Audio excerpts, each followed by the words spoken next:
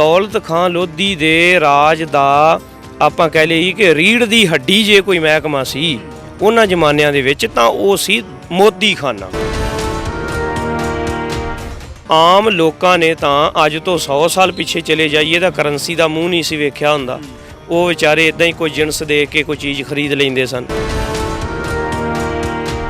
ਮਤਲਬ ਕਿ ਨਵਾਬ ਦਾ ਜੋ ਫਾਈਨੈਂਸ਼ੀਅਲੀ ਪ੍ਰਬੰਧ ਸੀ ਉਹਦਾ ਤਕਰੀਬਨ 70-75% ਉਹ ਸਿਰਫ ਮੋਦੀ ਖਾਨੇ ਦੇ ਅਧੀਨ ਹੀ ਆਇਆ ਕਰਦਾ ਸੀ। ਗੁਰੂ ਨਾਨਕ ਸਾਹਿਬ ਸੱਚੇ ਪਾਤਸ਼ਾਹ ਨਵਾਬ ਦੇ ਫਾਈਨੈਂਸ ਸੈਕਟਰੀ ਸਨ। ਏਡਾ ਵੱਡਾ ਇਹ ਅਹੁਦਾ ਸੀ ਜਿੱਥੇ ਗੁਰੂ ਨਾਨਕ ਸਾਹਿਬ ਸੱਚੇ ਪਾਤਸ਼ਾਹ ਜੀ ਨੇ ਲਗਭਗ ਪੌਣੇ 15 ਸਾਲ ਦੇ ਕਰੀਬ ਸੇਵਾ ਨਿਭਾਈ ਹੈ। ਜਦੋਂ ਇਹੋ ਜਿਹੇ ਅਹੁਦੇ ਦੀ ਗੱਲ ਕਰੀਏ ਤੇ ਇਹੋ ਜਿਹੇ ਅਹੁਦੇ ਦੇ ਉੱਪਰ ਤੇ ਲੋਕ 15 ਦਿਨ ਨਹੀਂ ਟਿਕਣ ਦਿੰਦੇ ਜੀ। ਬੜੀਆਂ ਸ਼ਿਕਾਇਤਾਂ ਆਉਂਦੀਆਂ ਨੇ। ਗੁਰੂ ਨਾਨਕ ਪਾਤਸ਼ਾਹ ਮਹਾਰਾਜ ਜੀ ਦੀਆਂ ਵੀ ਬੜੀਆਂ ਆਈਆਂ ਸੀ, ਪਰ ਗੁਰੂ ਨਾਨਕ ਪਾਤਸ਼ਾਹ ਮਹਾਰਾਜ ਜੀ ਦੀ ਏਡੇ ਵੱਡੇ ਅਹੁਦੇ ਦੇ ਉੱਪਰ ਨਿਯੁਕਤੀ ਕਿਵੇਂ ਹੋਈ? ਨਵਾਬ ਲਈ ਵੱਡੀ ਸਿਰਦਰਦੀ ਸੀ ਕਿ ਕੋਈ ਰੱਬ ਦੀ ਭੈ ਭਾਵਨੀ ਵਾਲਾ ਇਮਾਨਦਾਰ ਜਿਹੜਾ ਬੇਈਮਾਨੀ ਦੇ ਨੇੜੇ ਵੀ ਨਾ ਲੰਘੇ, ਇਹੋ ਜਿਹਾ ਬੰਦਾ ਮੈਨੂੰ ਕਿੱਥੋਂ ਲੱਭੇ। ਤਾਂ ਇਹਦੇ 'ਚ ਕੋਈ ਅਤਕਥਨੀ ਨਹੀਂ ਜੇ ਆਪਾਂ ਕਹੀਏ ਕਿ ਗੁਰੂ ਸਾਹਿਬ ਜੀ ਇਸ ਦਰਵਾਜ਼ੇ ਰਾਹੀਂ ਕਿਲੇ 'ਚ ਐਂਟਰ ਹੁੰਦੇ ਰਹੇ ਹੋਣਗੇ। ਦੇਸ਼ ਵਿਦੇਸ਼ ਦੇ ਸਾਰੇ ਹੀ ਦਰਸ਼ਕਾਂ ਦਾ ਤੁਹਾਡੇ ਆਪਣੇ ਸੇਵਕ ਹਰਪ੍ਰੀਤ ਸਿੰਘ ਮਖੂ ਵੱਲੋਂ ਦਿਲ ਦੀਆਂ ਗਹਿਰਾਈਆਂ ਤੋਂ ਸਵਾਗਤ ਹੈ। ਦਰਸ਼ਕੋ, ਤੁਹਾਨੂੰ ਪਤਾ ਕਿ ਅੱਜ ਮੈਂ ਤੁਹਾਨੂੰ ਲੈ ਕੇ ਆਇਆ ਮੈਂ ਸੁਲਤਾਨਪੁਰ ਲੋਧੀ ਦੀ ਧਰਤੀ ਦੇ ਉੱਪਰ, ਔਰ ਜਿਸ ਧਰਤੀ 'ਤੇ ਅਸੀਂ ਖੜ੍ਹੇ ਹਾਂ ਮੇਰੇ ਖਿਆਲ ਸੁਲਤਾਨਪੁਰ ਲੋਧੀ ਦੀ ਸਭ ਤੋਂ ਉੱਚੀ ਧਰਤੀ ਇਸ ਨੂੰ ਕਹਿ ਸਕਦਾ ਮੈਂ, ਕਿਉਂਕਿ ਪ੍ਰਾਚੀਨ ਸਮੇਂ ਦੇ ਅੰਦਰ ਜਦੋਂ ਰਾਜੇ ਮਹਾਰਾਜੇ ਆਪਣੇ ਕਿਲੇ ਤਿਆਰ ਕਰਦੇ ਹੁੰਦੇ ਸੀ ਤੇ ਅੱਜ ਹਜ਼ਾਰਾਂ ਸਾਲਾਂ ਬਾਅਦ ਵੀ ਉਹ ਕਿਲੇ ਸ਼ਹਿਰ ਦੀ ਸਭ ਤੋਂ ਉੱਚੀ ਥਾਂ ਦੇ ਉੱਪਰ ਮੌਜੂਦ ਨੇ। ਇਹ ਤੋਂ ਸਾਨੂੰ ਅੰਦਾਜ਼ਾ ਲੱਗ ਸਕਦਾ ਹੈ ਕਿ ਜਦੋਂ ਇਹ ਕਿਲੇ ਬਣਾਏ ਗਏ ਸੀ ਤੇ ਸ਼ਹਿਰ ਤੋਂ ਕਿੱਡੀ ਕੁ ਉਚਾਈ ਦਾ ਖਿਆਲ ਰੱਖਿਆ ਗਿਆ ਹੋਵੇਗਾ। ਇਹ ਚੀਜ਼ਾਂ ਵੈਸੇ ਸਾਨੂੰ ਜੋਧਪੁਰ, ਜੈਪੁਰ ਜਾ ਕੇ, ਉਦੈਪੁਰ ਜਾ ਕੇ ਬੜੀਆਂ ਕਲੀਅਰ ਨਜ਼ਰ ਆ ਵੀ ਜਾਂਦੀਆਂ ਨੇ, ਪਰ ਮੈਂ ਚਾਹੁੰਦਾ ਕਿ ਜੇ ਸੁਲਤਾਨਪੁਰ ਲੋਧੀ ਦੀ ਧਰਤੀ 'ਤੇ ਅੱਜ ਮੈਂ ਖਲੋਤਾ ਹੋਇਆ ਵਾਂ, ਇੱਥੋਂ ਦੀਆਂ ਜਾਣਕਾਰੀਆਂ ਤੋਂ ਮੈਂ ਤੁਹਾਨੂੰ ਜਾਣੂ ਕਰਵਾ ਦਿਆਂ। ਮੈਂ ਨਵਾਬ ਦੌਲਤ ਖਾਂ ਲੋਧੀ ਦੇ ਕਿਲੇ ਦੇ ਅੰਦਰ ਖਲੋਤਾ ਹੋਇਆ ਵਾਂ। ਕਈਆਂ ਦੇ ਮਨ ਦੇ ਵਿੱਚ ਖਿਆਲ ਆਵੇਗਾ ਕਿ ਬੋਰਡ ਦੇ ਹੇਠਾਂ ਖਲੋ ਕੇ ਕਿਲਿਆਂ ਦੀਆਂ ਗੱਲਾਂ ਨਹੀਂ ਕਰੀਦੀਆਂ ਹੁੰਦੀਆਂ। ਬਿਲਕੁਲ ਦਰਸ਼ਕੋ, ਮੈਂ ਤੁਹਾਨੂੰ ਦੱਸ ਦੇਣਾ ਚਾਹੁੰਦਾ ਮੈਂ ਕਿ ਜਿਸ ਬੋਰਡ ਦੇ ਮੈਂ ਹੇਠਾਂ ਖਲੋਤਾ ਵਾਂ ਇਹ ਵੀ ਕਿੰਨਾ ਕੁ ਪੁਰਾਣਾ ਹੋਵੇਗਾ, ਕਿੰਨਾ ਕੁ ਪ੍ਰਾਚੀਨ ਹੋਵੇਗਾ। ਅੰਦਾਜ਼ਾ ਲਾ ਕੇ ਵੇਖੋ ਵੀ ਇਸ ਬੋਰਡ ਦੇ 4 ਚੁਫੇਰੇ ਤੁਹਾਨੂੰ ਕੋਈ ਇਮਾਰਤ ਨਜ਼ਰ ਨਹੀਂ ਆ ਰਹੀ। ਚੰਗੀ ਤਰ੍ਹਾਂ ਝਾਤ ਪਾ ਕੇ ਵੇਖਿਆ ਜੇ 4 ਚੁਫੇਰੇ ਤੁਹਾਨੂੰ ਕੋਈ ਇਮਾਰਤ ਨਜ਼ਰ ਨਹੀਂ ਆ ਰਹੀ, ਪਰ ਇਸ ਦੇ ਅੰਦਰ ਫਸੀਆਂ ਹੋਈਆਂ ਅੱਜ ਵੀ ਛੋਟੀਆਂ ਇੱਟਾਂ ਜਿਹੜੀਆਂ ਪ੍ਰਾਚੀਨ ਸਮੇਂ ਦੇ ਅੰਦਰ ਰਾਜੇ ਮਹਾਰਾਜਿਆਂ ਦੇ ਮਹਿਲਾਂ ਦੇ ਵਿੱਚ ਕੰਮ ਆਇਆ ਕਰਦੀਆਂ ਸੀ, ਜਿਹਨੂੰ ਸਾਡੇ ਲੋਕ ਨਾਨਕਸ਼ਾਹੀ ਇੱਟ ਕਹਿ ਦਿੰਦੇ ਨੇ, ਪਰ ਨਹੀਂ। ਗੁਰੂ ਨਾਨਕ ਪਾਤਸ਼ਾਹ ਮਹਾਰਾਜ ਜੀ ਦੇ ਪ੍ਰਕਾਸ਼ ਤੋਂ ਪਹਿਲਾਂ ਵੀ ਇਹ ਕਿਲੇ ਮੌਜੂਦ ਸਨ। ਔਰ ਅੰਦਾਜ਼ਾ ਲਾ ਕੇ ਵੇਖਿਆ ਜੇ ਇਸ ਬੋਰਡ ਦੇ ਅੰਦਰ ਫਸੀਆਂ ਹੋਈਆਂ ਇੱਟਾਂ, ਇੱਥੋਂ ਅੰਦਾਜ਼ਾ ਲੱਗਦਾ ਵੀ ਜ਼ਰੂਰ ਕਿਸੇ ਕੰਧ ਦੇ ਉੱਪਰ ਇਹ ਬੋਰਡ ਉਗਿਆ ਹੋਵੇਗਾ। ਲੰਮਾ ਸਮਾਂ ਪਾ ਕੇ ਇਹਨੇ ਉਸ ਕੰਧ ਨੂੰ ਆਪਣੇ ਗਲੇਮੇ ਦੇ ਵਿੱਚ ਲੈ ਲਿਆ ਤੇ ਬਾਕੀ ਜਿਹੜੀਆਂ ਦੀਵਾਰਾਂ ਸੀ ਸਮਾਂ ਪਾ ਕੇ ਖਤਮ ਕਰ ਦਿੱਤੀਆਂ ਗਈਆਂ। ਤੇ ਅੰਦਾਜ਼ਾ ਆਪਾਂ ਲਾ ਸਕਦੇ ਹਾਂ ਕਿ ਕਿੰਨਾ ਕੁ ਪੁਰਾਣਾ ਇਹ ਬੋਰਡ ਹੋਵੇਗਾ, ਕਿੰਨੀ ਕੁ ਪੁਰਾਣੀ ਇਹ ਥਾਂ ਹੋਵੇਗੀ। ਰਾਜੇ ਮਹਾਰਾਜਿਆਂ ਦੇ ਇਸ ਕਿਲੇ ਦੇ ਅੰਦਰ ਅੱਜ ਮੈਂ ਆਪਣਿਆਂ ਵਾਂ ਤੁਹਾਨੂੰ ਇੱਥੋਂ ਜਾਣਕਾਰੀ ਕਰਵਾਉਣ ਵਾਸਤੇ। ਉਹਦਾ ਕਾਰਨ ਇਹ ਹੈ ਵੀ ਇਸ ਕਿਲੇ ਦੇ ਵਿੱਚ ਗੁਰੂ ਨਾਨਕ ਪਾਤਸ਼ਾਹ ਮਹਾਰਾਜ 2 ਵਾਰ ਇਤਿਹਾਸ ਦੇ ਅੰਦਰ ਜ਼ਿਕਰ ਮਿਲਦਾ, ਹੋ ਸਕਦਾ ਅਨੇਕਾਂ ਵਾਰ ਵੀ ਆਏ ਹੋਣ। ਬਿਲਕੁਲ ਮੇਰੇ ਰਾਈਟ ਹੈਂਡ ਦੇ ਉੱਪਰ ਜੇ ਝਾਤ ਪਾ ਕੇ ਵੇਖੀਏ ਤੇ ਤੁਸੀਂ ਬੜੀ ਪੁਰਾਣੀ ਇੱਕ ਇਮਾਰਤ ਦੇਖ ਰਹੇ ਹੋ। ਗੇਟ ਬਣਿਆ ਹੋਇਆ, ਭਾਵੇਂ ਕਿ ਕਿਸੇ ਵੇਲੇ ਬਹੁਤ ਜ਼ਬਰਦਸਤ ਐਂਟਰੀ ਹੋਵੇਗੀ, ਪਰ ਅੱਜ ਉਹ ਗੇਟ ਬਣਿਆ ਹੋਇਆ ਤੇ ਬਿਲਕੁਲ ਇਸ ਗੇਟ ਦੇ ਇਸ ਦਰਵਾਜ਼ੇ ਦੇ ਪਿਛਲੇ ਪਾਸੇ ਵੇਖੋ ਤੇ ਗੁਰਦੁਆਰਾ ਹਟ ਸਾਹਿਬ ਹੈ, ਜਿੱਥੇ ਗੁਰੂ ਨਾਨਕ ਪਾਤਸ਼ਾਹ ਮਹਾਰਾਜ ਜੀ ਨੇ ਮੋਦੀ ਖਾਨੇ ਦੀ ਸੇਵਾ ਸੰਭਾਲੀ। ਤੇ ਇਸ ਮੋਦੀ ਖਾਨੇ ਦਾ ਤੇ ਇਸ ਦਰਵਾਜ਼ੇ ਦਾ ਕੀ ਕਨੈਕਸ਼ਨ ਜੁੜਦਾ ਹੈ? ਕੀ ਕਿਲੇ ਦੇ ਵਿੱਚੋਂ ਸਿੱਧਾ ਮੋਦੀ ਖਾਨੇ ਨੂੰ ਰਸਤਾ ਜਾਂਦਾ ਸੀ? ਮੋਦੀ ਖਾਨੇ ਦੇ ਵਿੱਚੋਂ ਸਮਾਨ ਸਿੱਧਾ ਕਿਲੇ ਨੂੰ ਆਉਂਦਾ ਸੀ? ਆਓ ਆਪਾਂ ਸਾਰੀਆਂ ਜਾਣਕਾਰੀਆਂ ਲੈਂਦੇ ਹਾਂ ਗਿਆਨੀ ਗੁਰਪ੍ਰੀਤ ਸਿੰਘ ਜੀ ਦੇ ਕੋਲੋਂ, ਕਿਉਂਕਿ ਗਿਆਨੀ ਗੁਰਪ੍ਰੀਤ ਸਿੰਘ ਜੀ ਹੈੱਡ ਗ੍ਰੰਥੀ ਸ੍ਰੀ ਬੇਰ ਸਾਹਿਬ ਸੁਲਤਾਨਪੁਰ ਲੋਧੀ ਤੋਂ ਨੇ ਤੇ ਇਹ ਪਿਛਲੇ ਕਰੀਬ 14 ਸਾਲਾਂ ਤੋਂ ਖੋਜ ਕਰਦੇ ਰਹਿੰਦੇ ਨੇ, ਕਿਉਂਕਿ ਆਖਰਕਾਰ ਵਿਦਵਾਨ ਨੇ।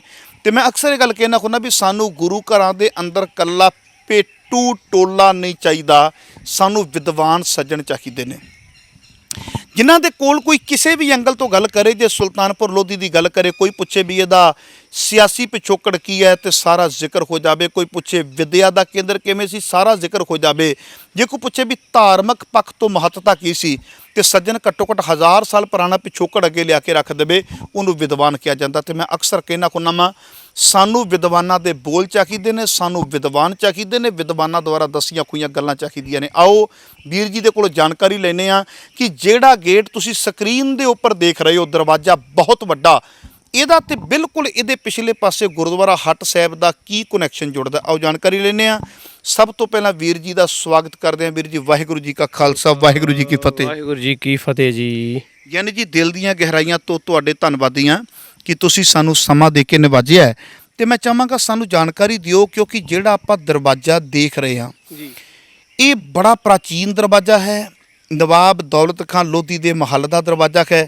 ਤੇ ਮੈਂ ਚਾਹਾਂਗਾ ਇਸ ਮਹੱਲ ਦੇ ਦਰਵਾਜ਼ੇ ਦੇ ਬਿਲਕੁਲ ਪਿਛਲੇ ਪਾਸੇ ਹੈ ਗੁਰਦੁਆਰਾ ਹੱਟ ਸਾਹਿਬ, ਜਿਹੜਾ ਕਿਸੇ ਵੇਲੇ ਗੁਰੂ ਨਾਨਕ ਪਾਤਸ਼ਾਹ ਮਹਾਰਾਜ ਜੀ ਦਾ ਮੋਦੀ ਖਾਨਾ ਹੋਇਆ ਕਰਦਾ ਸੀ। ਔਰ ਮੈਂ ਚਾਹਾਂਗਾ ਮੋਦੀ ਖਾਨੇ ਦਾ ਅਸਲ ਸਵਰੂਪ ਕਿਵੇਂ ਨਿਯੁਕਤੀ ਹੁੰਦੀ ਹੈ, ਕਿਵੇਂ ਮੇਰੇ ਬਾਬਾ ਜੀ ਇੱਥੇ ਸੱਚ ਹੱਕ ਦਾ ਹੋਕਾ ਦਿੰਦੇ ਨੇ, ਜ਼ਰੂਰ ਜਾਣਕਾਰੀਆਂ ਦਿਓ ਜੀ। ਨਵਾਬ ਦੌਲਤ ਖਾਨ ਜਾਂ ਕਹੀਏ ਸੁਲਤਾਨ ਦੌਲਤ ਖਾਨ ਲੋਧੀ, ਜੇ ਆਪਾਂ ਉਹਦੇ ਅਮਲੇ ਫੈਲੇ ਵੱਲ ਧਿਆਨ ਦਈਏ ਤਾਂ ਉਹਨਾਂ ਦੇ ਇੱਕ ਤਾਂ ਫੌਜ ਦਾ ਆ ਗਿਆ ਸਾਰਾ ਮਹਿਕਮਾ, ਔਰ ਦੂਸਰਾ ਮਹਿਕਮਾ ਸਿਵਲ ਦਾ। ਔਰ ਫੌਜ ਨੂੰ ਤੇ ਸਿਵਲ ਨੂੰ ਦੋਵਾਂ ਪਾਸਿਆਂ ਨੂੰ ਜੇ ਅੱਡੋ ਅੱਡ ਕਰੀਏ ਤਾਂ ਇਹਦੇ ਵਿਚਕਾਰ ਇੱਕ ਬਹੁਤ ਅਹਿਮ ਅਹੁਦਾ ਆਉਂਦਾ ਹੈ, ਜਿਹੜਾ ਫੌਜ ਨਾਲ ਔਰ ਸਿਵਲ ਮਹਿਕਮੇ ਦੇ ਨਾਲ ਤੇ ਸਿੱਧੇ ਤੌਰ ਤੇ ਜਨਤਾ ਦੇ ਨਾਲ ਜੁੜਿਆ ਹੋਇਆ ਹੈ, ਤੇ ਜਿਹੜਾ ਸਿੱਧੇ ਤੌਰ ਤੇ ਨਵਾਬ ਨਾਲ ਵੀ ਜੁੜਿਆ ਹੋਇਆ। ਇੱਕ ਇਹੋ ਜਿਹਾ ਮਹਿਕਮਾ, ਜਿਹੜਾ ਮਹਿਕਮਾ ਸਹੀ ਹੱਥਾਂ ਵਿੱਚ ਹੋਵੇ ਤਾਂ ਜਨਤਾ ਵੀ ਖੁਸ਼, ਫੌਜ ਵੀ ਖੁਸ਼ ਔਰ ਸੁਲਤਾਨ ਵੀ ਖੁਸ਼। ਤੇ ਜੇ ਉਹ ਮਹਿਕਮਾ ਇੱਕ ਗਲਤ ਅਫਸਰ ਦੇ ਹੱਥਾਂ 'ਚ ਚਲਾ ਜਾਏ ਤਾਂ ਉਹਦੇ ਨਾਲ ਸੁਲਤਾਨ ਵੀ ਦੁਖੀ, ਫੌਜ ਵੀ ਦੁਖੀ, ਜਨਤਾ ਵੀ ਦੁਖੀ। ਮਤਲਬ ਇਹ ਹੈ ਕਿ ਦੌਲਤ ਖਾਨ ਲੋਧੀ ਦੇ ਰਾਜ ਦਾ ਆਪਾਂ ਕਹਿ ਲਈਏ ਕਿ ਰੀੜ੍ਹ ਦੀ ਹੱਡੀ ਜੇ ਕੋਈ ਮਹਿਕਮਾ ਸੀ ਉਹਨਾਂ ਜ਼ਮਾਨਿਆਂ ਦੇ ਵਿੱਚ ਤਾਂ ਉਹ ਸੀ ਮੋਦੀ ਖਾਨਾ ਜੀ। ਕਿਉਂਕਿ ਉਹਨਾਂ ਜ਼ਮਾਨਿਆਂ 'ਚ ਸਿੱਕਿਆਂ ਦਾ ਪ੍ਰਚਲਨ ਇੰਨਾ ਨਹੀਂ ਸੀ। ਸਿੱਕੇ ਸੋਨੇ ਦੇ ਸਨ, ਚਾਂਦੀ ਦੇ ਸਨ, ਤਾਂਬੇ ਦੇ ਸਨ। ਆਮ ਲੋਕਾਂ ਨੇ ਤਾਂ ਅੱਜ ਤੋਂ 100 ਸਾਲ ਪਿੱਛੇ ਚਲੇ ਜਾਈਏ ਤਾਂ ਕਰੰਸੀ ਦਾ ਮੂੰਹ ਨਹੀਂ ਸੀ ਵੇਖਿਆ ਹੁੰਦਾ। ਉਹ ਵਿਚਾਰੇ ਇੱਦਾਂ ਹੀ ਕੋਈ ਜਿਣਸ ਦੇ ਕੇ ਕੋਈ ਚੀਜ਼ ਖਰੀਦ ਲੈਂਦੇ ਸਨ।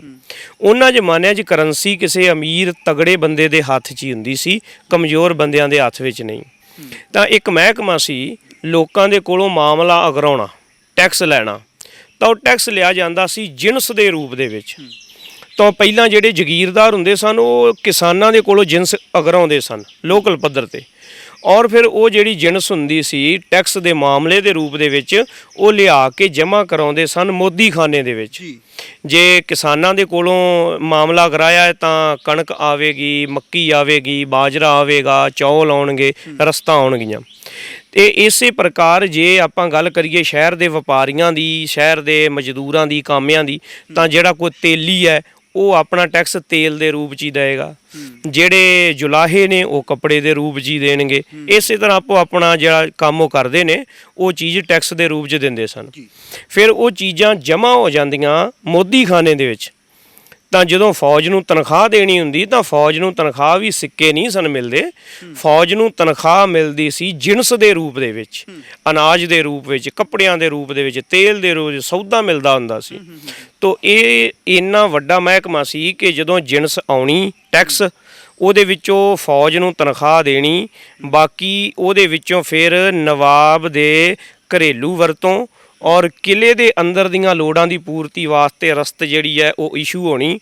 ਇੰਨਾ ਕੁਝ ਹੋਣ ਤੋਂ ਬਾਅਦ ਜੋ ਕੁਝ ਵੀ ਬਚ ਜਾਣਾ ਉਹਨੂੰ ਫਿਰ ਨਗਦੀ ਦੇ ਰੂਪ ਦੇ ਵਿੱਚ ਵੇਚਿਆ ਜਾਣਾ ਜੀ। ਇਹ ਸੀ ਮੋਦੀ ਖਾਨਾ।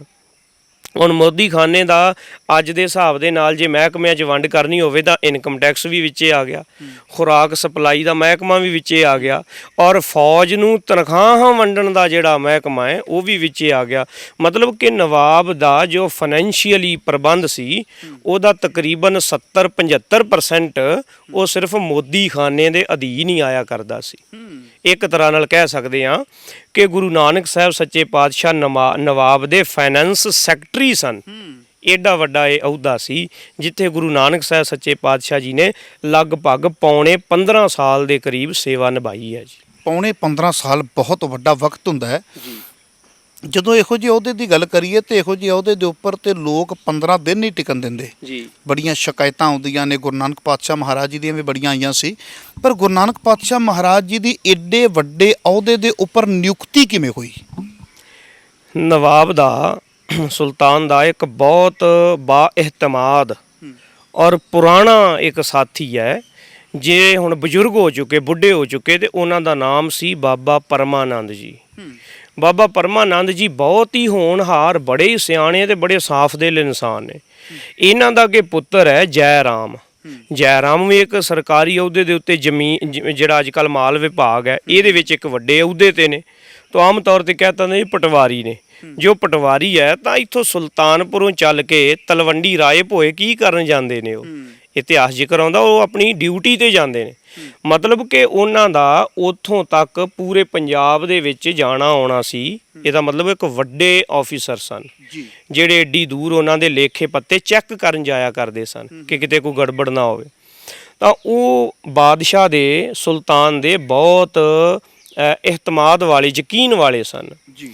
ਔਰ ਇੱਥੇ ਜ਼ਿਕਰਯੋਗ ਹੈ ਕਿ ਜਿਹੜੇ ਅਹੁਦੇ ਦੀ ਅਸੀਂ ਗੱਲ ਕਰ ਰਹੇ ਹਾਂ, ਮੋਦੀ ਖਾਨੇ ਦੇ ਮੁਖੀਏ ਦੀ, ਇਹ ਅਹੁਦਾ ਭ੍ਰਿਸ਼ਟਾਚਾਰ ਕਰਨ ਵਾਲੇ ਬੰਦੇ ਵਾਸਤੇ ਤਾਂ ਇਸ ਤਰ੍ਹਾਂ ਕਹਿ ਲਈਏ ਕਿ ਸਵਰਗ ਹੈ, ਕਿ ਜਿੰਨੇ ਮਾਲ ਖਾਣਾ ਹੈ ਵਿੱਚੋਂ, ਇਹ ਤੋਂ ਕੋਈ ਮਲਾਈਦਾਰ ਅਹੁਦਾ ਹੈ ਹੀ ਨਹੀਂ ਸੀ।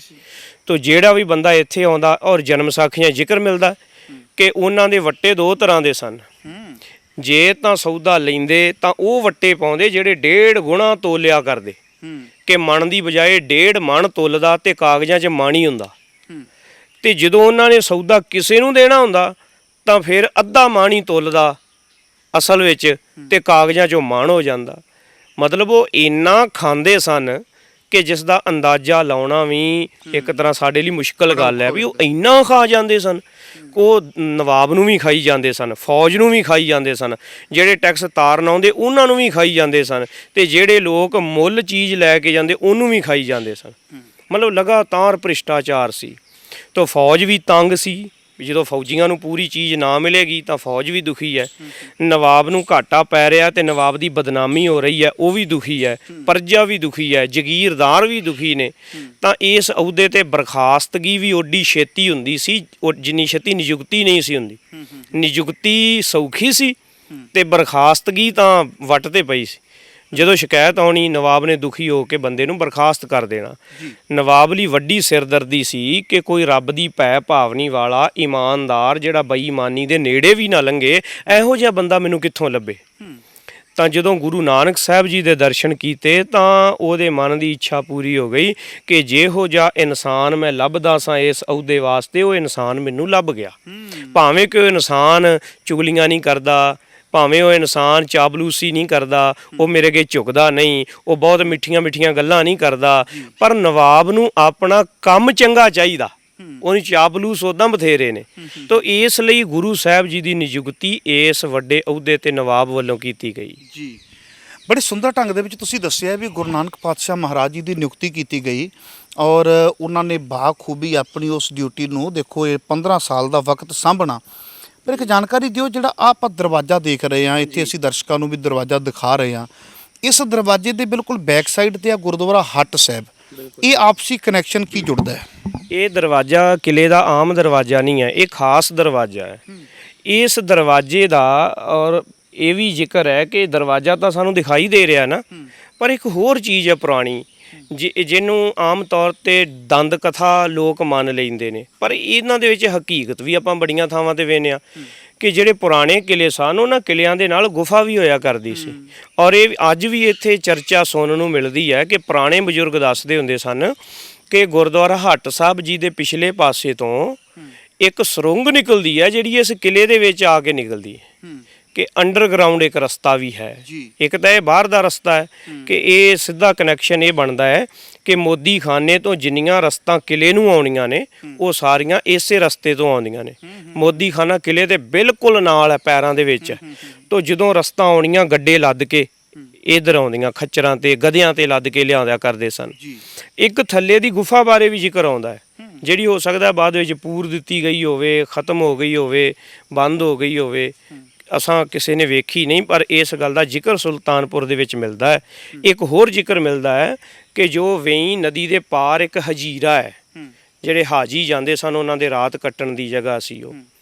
ਇਹ ਵੀ ਜ਼ਿਕਰ ਮਿਲਦਾ ਹੈ ਕਿ ਵੇਈਂ ਨਦੀ ਦੇ ਪਰਲੇ ਪਾਸੇ ਇੱਕ ਸੁਰੰਗ ਜਾਂਦੀ ਹੈ ਇਸ ਕਿਲੇ ਦੇ ਥੱਲਿਓਂ। ਕਿਲੇ ਥੱਲਿਓਂ ਸੁਰੰਗ ਸ਼ੁਰੂ ਹੁੰਦੀ ਹੈ ਔਰ ਉਹ ਵੇਈਂ ਦੇ ਥੱਲੇ ਥੱਲੇ ਪਾਰ ਪਹੁੰਚ ਜਾਂਦੀ ਹੈ, ਤਾਂ ਕਿ ਕਿਤੇ ਕੋਈ ਐਮਰਜੈਂਸੀ ਦਾ ਵਕਤ ਹੋਵੇ, ਨਵਾਬ ਨੂੰ ਨਿਕਲਣਾ ਪਵੇ, ਤਾਂ ਉਹਨਾਂ ਨੂੰ ਜਿਹੜਾ ਦਰਿਆ ਦਾ ਰਸਤਾ ਦੁਸ਼ਮਣ ਨੇ ਰੋਕਿਆ ਹੋਵੇ ਤਾਂ ਉਹ ਪਾਰ ਜਾ ਸਕਦੇ ਨੇ। ਇਹ ਉਹਨਾਂ ਦੇ ਪ੍ਰਬੰਧ ਸਨ। ਇਸੇ ਤਰ੍ਹਾਂ ਇਹ ਵੀ ਜੋ ਗੁਰਦੁਆਰਾ ਹੱਟ ਸਾਹਿਬ ਜੀ ਤੋਂ ਲੈ ਕੇ ਤੇ ਸ਼ਾਹੀ ਕਿਲੇ ਤੱਕ ਦਾ ਦਰਵਾਜ਼ਾ ਹੈ, ਇਹ ਗੁਰੂ ਸਾਹਿਬ ਸੱਚੇ ਪਾਤਸ਼ਾਹ ਜੀ ਨੇ ਆਪ ਪਤਾ ਨਹੀਂ ਕਿੰਨੇ ਕੁ ਗੱਡੇ ਤੇ ਕਿੰਨੀਆਂ ਕੁ ਖੱਚਰਾਂ, ਕਿੰਨੇ ਕੁ ਊਠਾਂ ਤੇ ਗਧਿਆਂ ਤੇ ਲਦਵਾ ਕੇ ਸਮਾਨ ਕਿੰਨੀ ਵਾਰ ਇਸ ਕਿਲੇ ਦੇ ਵਿੱਚ ਭੇਜਿਆ। ਔਰ ਕਿਉਂਕਿ ਇਹ ਦਰਵਾਜ਼ਾ ਤਾਂ ਹੈ ਹੀ ਉਹਨਾਂ ਲਈ ਸੀ, ਖਾਸ ਕੰਮ ਲਈ, ਤਾਂ ਇਹਦੇ 'ਚ ਕੋਈ ਅੱਤ ਕਥਨੀ ਨਹੀਂ ਜੇ ਆਪਾਂ ਕਹੀਏ ਕਿ ਗੁਰੂ ਸਾਹਿਬ ਜੀ ਇਸ ਦਰਵਾਜ਼ੇ ਰਾਹੀਂ ਕਿਲੇ 'ਚ ਐਂਟਰ ਹੁੰਦੇ ਰਹੇ ਹੋਣਗੇ, ਕਿਉਂਕਿ ਗੁਰੂ ਸਾਹਿਬ ਜੀ ਦਾ ਆਉਣਾ ਜਾਣਾ ਇੱਧਰ ਦੀ ਇੱਕ ਆਮ ਗੱਲ ਹੋ ਸਕਦੀ ਹੈ। ਤਾਂ ਸੱਚੇ ਪਾਤਸ਼ਾਹ ਜੀ ਦੇ ਚਰਨ ਇਸ ਕਿਲੇ ਦੇ ਇਸ ਦਰਵਾਜ਼ੇ ਰਾਹੀਂ ਪਏ ਹੋ ਸਕਦੇ ਨੇ। ਇਸ ਲਈ ਸਾਡੇ ਲਈ ਇਹ ਬੜਾ ਮੁਬਾਰਕ ਹੈ ਔਰ ਇਹਦੇ ਦਰਸ਼ਨ ਕਰਕੇ ਸਾਨੂੰ ਗੁਰੂ ਨਾਨਕ ਸਾਹਿਬ ਮਹਾਰਾਜ ਜੀ ਦੇ ਚਰਨਾਂ ਦੀ ਛੋਹ ਉਹ ਤਰੋ ਤਾਜ਼ਾ ਸਾਡਿਆਂ ਮਨਾਂ ਦੇ ਵਿੱਚ ਹੋਣੀ ਚਾਹੀਦੀ ਹੈ। ਬਿਲਕੁਲ ਜੀ, ਜਿਵੇਂ ਹੁਣ ਤੁਸੀਂ ਕਾਫੀ ਜਾਣਕਾਰੀਆਂ ਦਿੱਤੀਆਂ ਵੀ ਉਸ ਸਮੇਂ ਦਾ ਜਿਹੜਾ ਟੈਕਸ ਪੇ ਹੁੰਦਾ ਸੀ ਉਹ ਵੀ ਜਿਣਸ ਰੂਪ ਦੇ ਵਿੱਚ ਹੁੰਦਾ ਸੀ। ਜਿਹੜੀ ਕਿਸੇ ਦੀ ਫਸਲ ਹੈ ਉਹ ਦੇਣ ਆਉਂਦਾ ਹੁੰਦਾ ਸੀ, ਤੇ ਜਿਹੜੀਆਂ ਤਨਖਾਹਾਂ ਸੀ ਉਦੋਂ ਕਰੰਸੀ ਬਹੁਤ ਘੱਟ ਦਿੱਤੀ ਜਾਂਦੀ ਸੀ, ਉਹ ਵੀ ਜਿਣਸ ਰੂਪ ਦੇ ਵਿੱਚ ਦਿੱਤੀਆਂ ਜਾਂਦੀਆਂ ਸੀ ਵੀ ਇੰਨੀ ਮੇਰੀ ਤਨਖਾਹ ਬਣਦੀ ਹੈ, ਇੰਨੇ ਮੈਨੂੰ ਚੌਲ ਦੇ ਦਿਓ, ਇੰਨਾ ਮੈਨੂੰ ਬਾਜਰਾ ਦੇ ਦਿਓ, ਇੰਨਾ ਮੈਨੂੰ ਕੋਧਰਾ ਦੇ ਦਿਓ, ਇੰਨਾ ਮੈਨੂੰ ਗੁੜ ਦੇ ਦਿਓ। ਇਸ ਤਰੀਕੇ ਨਾਲ ਹੁੰਦਾ ਸੀ। ਤੇ ਫਿਰ ਆਪਾਂ ਇਹ ਤਾਂ ਨਹੀਂ ਕਹਿ ਸਕਦੇ ਵੀ ਇਹ ਕੋਈ ਹੱਟ ਸੀ ਜਾਂ ਹੱਟੀ ਸੀ, ਇਹ ਤਾਂ ਬਹੁਤ ਵੱਡਾ ਫਿਰ ਗੋਡਾਊਨ ਹੋਵੇਗਾ। ਇਹ ਹੱਟ ਤਾਂ ਹੱਟੀ, ਇਹ ਸਾਡਾ ਜਿਵੇਂ ਅਸੀਂ ਪਤਾ ਨਹੀਂ ਇਹਨੂੰ ਕਿਵੇਂ ਇਹਨੂੰ ਹੱਟੀ ਬਣਾ ਛੱਡਿਆ ਹੈ ਕਿ ਆਮ ਹੱਟੀ ਦਾ ਕੀ ਮਤਲਬ ਰਹਿ ਗਿਆ ਇੱਥੇ। ਇਹ ਤਾਂ ਇੱਕ ਬਹੁਤ ਵੱਡੀ ਗੱਲ ਹੈ, ਇੰਨੀ ਵੱਡੀ ਗੱਲ ਹੈ ਕਿ ਜਿਹਦਾ ਅਸੀਂ ਅੰਦਾਜ਼ਾ ਨਹੀਂ ਲਾ ਸਕਦੇ। ਆਮ ਤੌਰ 'ਤੇ ਜੇ ਸਮਝ ਲਿਆ ਜਾਂਦਾ ਨਾ ਵੀ ਗੁਰੂ ਸਾਹਿਬ ਜਿਵੇਂ ਇੱਕ ਧੜਵਈ ਸਨ ਤੋਲਣ ਵਾਲੇ। ਭਾਈ ਵੀਰ ਸਿੰਘ ਜੀ ਲਿਖਦੇ ਨੇ ਕਿ ਗੁਰੂ ਨਾਨਕ ਸਾਹਿਬ ਸੱਚੇ ਪਾਤਸ਼ਾਹ ਮਹਾਰਾਜ ਦੀ ਕਿਰਤ ਤਾਂ ਹੈ ਇਸ ਪ੍ਰਬੰਧ ਨੂੰ ਚਲਾਉਣਾ, ਪਰ ਉਹ ਕਦੇ ਊਚ ਨੀਚ ਆਪਣੇ ਸਾਹਮਣੇ ਬਰਦਾਸ਼ਤ ਨਹੀਂ ਕਰਦੇ। ਔਰ ਸਭ ਤੋਂ ਜੋ ਥੱਲੇ ਵਾਲੇ ਤਬਕੇ ਦੇ ਲੋਕ ਨੇ ਜਿਨ੍ਹਾਂ ਦਾ ਕੰਮ ਹੈ ਤੱਕੜੀ ਦੇ ਨਾਲ ਕਿਸੇ ਸੌਦੇ ਨੂੰ ਤੋਲਣਾ, ਗੁਰੂ ਸਾਹਿਬ ਮਹਾਰਾਜ ਕਦੇ ਉਹਦੇ ਹੱਥੋਂ ਵੀ ਤੱਕੜ ਫੜ ਲੈਂਦੇ ਨੇ ਔਰ ਆਪਣੇ ਹੱਥੀਂ ਤੋਲਦੇ ਨੇ। ਉਹ ਕਿਹੜਾ ਕੰਮ ਹੈ ਜਿਹੜਾ ਸੱਚੇ ਪਾਤਸ਼ਾਹ ਜੀ ਨੇ ਆਪਣੇ ਹੱਥੀਂ ਨਹੀਂ ਕੀਤਾ। ਹਰ ਇੱਕ ਕੰਮ ਆਪਣੇ ਹੱਥੀਂ ਕਰਦੇ ਨੇ ਮਹਾਰਾਜ। ਇਸ ਕਰਕੇ ਸੱਚੇ ਪਾਤਸ਼ਾਹ ਜੀ ਦਾ ਇਹ ਕਾਰਜ ਬਹੁਤ ਵੱਡਾ ਸੀ ਔਰ ਮੋਦੀ ਖਾਨਾ ਸਾਡੇ ਅੰਦਾਜ਼ੇ ਨਾਲੋਂ ਇੱਕ ਵੱਡੀ ਚੀਜ਼ ਸੀ।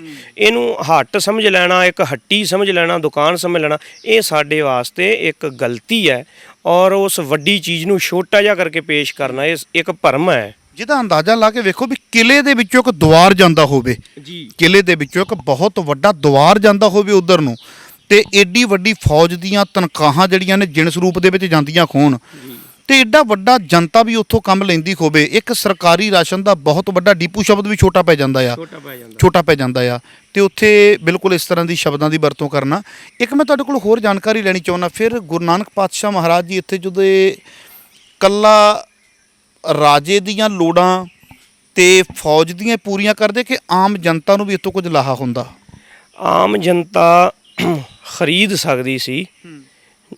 ਪਹਿਲ ਹੁੰਦੀ ਸੀ ਕਿ ਬਾਦਸ਼ਾਹ ਔਰ ਫੌਜ ਦੀਆਂ ਲੋੜਾਂ ਪੂਰੀਆਂ ਹੋਣੀਆਂ, ਉਸ ਤੋਂ ਬਾਅਦ ਰਸਤ ਵੱਧ ਜਾਂਦੀ ਸੀ। ਤਾਂ ਜਿੰਨੀ ਰਸਤ ਵਧੀ ਹੁੰਦੀ ਉਹ ਰਸਤ ਨੂੰ ਬਕਾਇਦਾ ਮੁੱਲ ਲੈ ਕੇ ਵੇਚਿਆ ਜਾ ਸਕਦਾ ਸੀ। ਤਾਂ ਉਹ ਜਿਵੇਂ ਆਪਾਂ ਜ਼ਿਕਰ ਕੀਤਾ ਹੈ ਜੀ ਕਿ ਉਹ ਕਰਪਟ ਲੋਕ ਹੁੰਦੇ ਸਨ, ਤਾਂ ਇਹ ਵੀ ਜ਼ਿਕਰ ਆਉਂਦਾ ਕਿ 4 ਤਰ੍ਹਾਂ ਦੀ ਕਮਾਈ ਸੀ ਮੋਦੀ ਖਾਨੇ ਦੇ ਮੁਖੀ ਵਜੋਂ ਗੁਰੂ ਨਾਨਕ ਸਾਹਿਬ ਜੀ ਦੀ।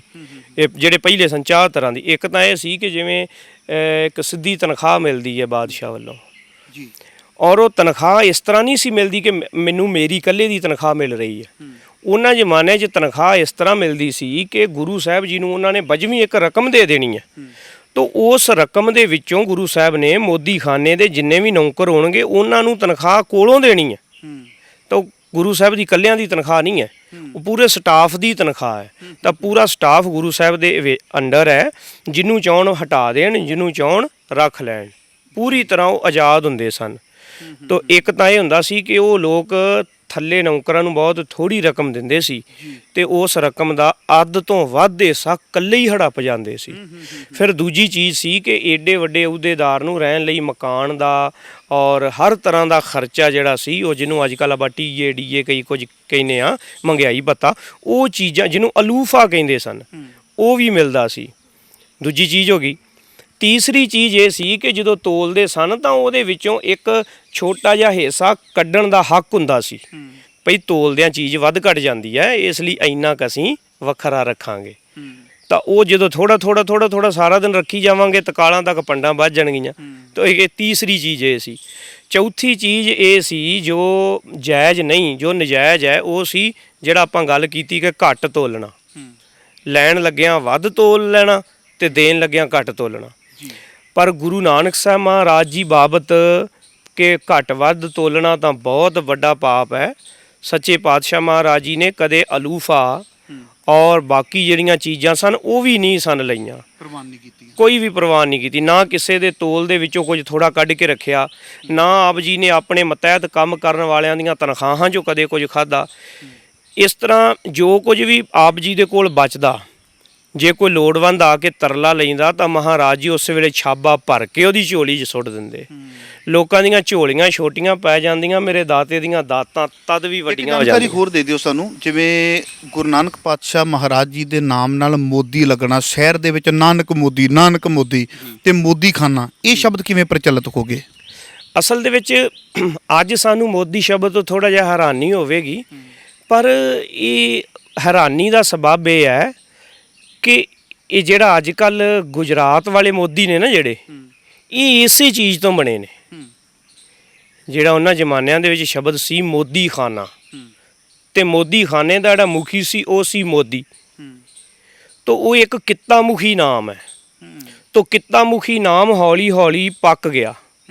ਤੋ ਗੁਜਰਾਤੀ ਕਿਉਂਕਿ ਜ਼ਿਆਦਾ ਕਾਰੋਬਾਰੀ ਨੇ ਤਾਂ ਉਹਨਾਂ ਨੂੰ ਜ਼ਿਆਦਾਤਰ ਇਹੋ ਜਿਹੇ ਅਹੁਦੇ ਪ੍ਰਾਪਤ ਹੁੰਦੇ ਸਨ ਮੁਗਲਾਂ ਦੇ ਰਾਜ ਦੇ ਵਿੱਚ।